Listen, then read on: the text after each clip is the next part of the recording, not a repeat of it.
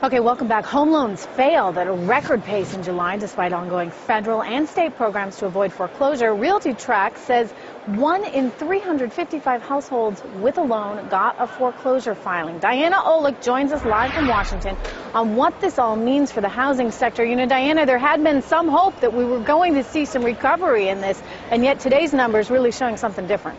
Absolutely. So we have to ask the question, can housing really recover with foreclosures continuing to rise amid so many positive housing numbers last month? Just a dismal report from Realty Track. The online foreclosure sales site reports that in July, over 360,000 properties received some kind of foreclosure filing, that is default, auction notice, or bank repossession.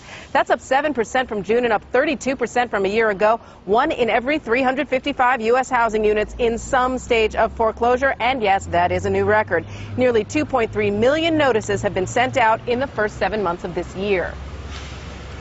Now, I think what we're seeing is an influx of new foreclosure defaults that had been sitting in delinquency for some months, and we're seeing an increase in the level of bank repossessions, and that's more likely what's driving the numbers.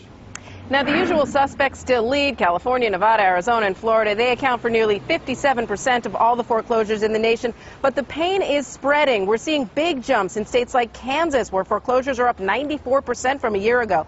Maryland, Massachusetts, Oregon, all of them way up. In fact, Oregon foreclosures up 84%. Generally speaking, when you're looking at areas that haven't been foreclosure hotspots suddenly jumping up into the mix, the culprit is unemployment, and you can almost do a county-by-county analysis and track unemployment levels rising, and then several months later a subsequent rise in foreclosure activity. So how much of a wrench is this in recovery? Well, surprisingly, Sharga says it may not be. There is so much pent-up demand out there, and affordability is so wonderfully off the charts right now that they're actually seeing bidding wars on some of these foreclosed properties, buyers bidding up the prices, and as higher-end properties start to go into foreclosure, you'll see those median prices again start to skew up. So, Trish, what's that thing Larry's always talking about, the free market economy doing its something like that? Could that actually be working? I don't know. Well, stay with us, Diana. We want to bring in real estate attorney Shari Olefson, author of Foreclosure Nation, to get some more perspective. Let me ask you, Shari, you know, as Diana was just saying, affordability now suddenly off the charts.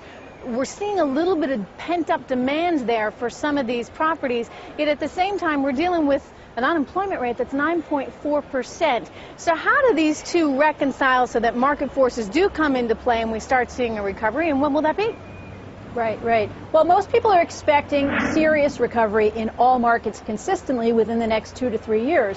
But one of the things that we've seen from these new Realty Track numbers, which are shocking, I mean, 1.9 million new filings in 2 months, especially when you think about the fact that back in 2006, we were predicting 2 million foreclosures all told through this whole crisis, is that this recovery is happening at different paces in different parts of the country. The Realty Track numbers, if you look at the month-over-month or year-over-year or quarter-over-quarter numbers, are not anything that we weren't expecting. In fact, this is exactly what we've been telling viewers, that we've hit a somewhat of a bottom, but it's going to be a bumpy bottom, and we certainly can't expect to recover from Sodom and Gomorrah-like real estate market without some correction like this. So what we're seeing from these two numbers really are that the speed of recovery is going to be happening at different levels in different markets. All right, but Shari, is the glass full or is the glass half empty? I understand the foreclosure argument, but sales in the hardest hit places, Nevada, California, Florida, Arizona, sales are booming, as Diana suggested. Markets are clearing at lower prices. Sales are running big time. So why can't we say the glass is half full? The glass is definitely half full, and we are definitely in a recovery mode at this point. But one of the things that we've been telling viewers is the main thing we've learned from this whole crisis is expect the unexpected. We're past the point now where we're going to find hidden fault lines in other areas of our economy, like the derivatives or the auction rate securities. But we're not past the point where we're not going to have adverse feedback from this. These new 2 million foreclosure filings are not happening in an isolated sieve. and there will be adverse feedback, not the least of which is negative equity, which by some expert predictions we should be expecting about 28 million people to fall into negative equity between now and 2011. Wow. And certainly that will have other repercussions. You know, Diana, are we ever going to see enough of a recovery that we could be back to the boom times that we had? Or is this a reality such as we saw with the NASDAQ in 2000, where it's going to take years to get back to previous levels? It's definitely going to take years. I mean, any expert I talk to says this is not going to be a V-shaped recovery at all. This will be an L. We will be along the bottom for a long time.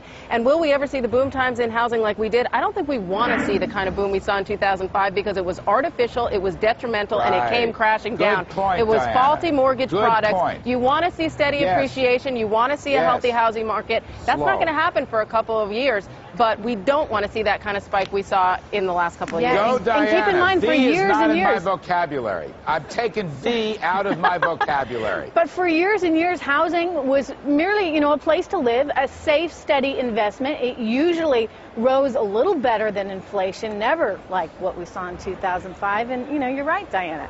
And you're right, Larry. Thanks so much, Shari. We appreciate you being with us today. Melissa, back over to you.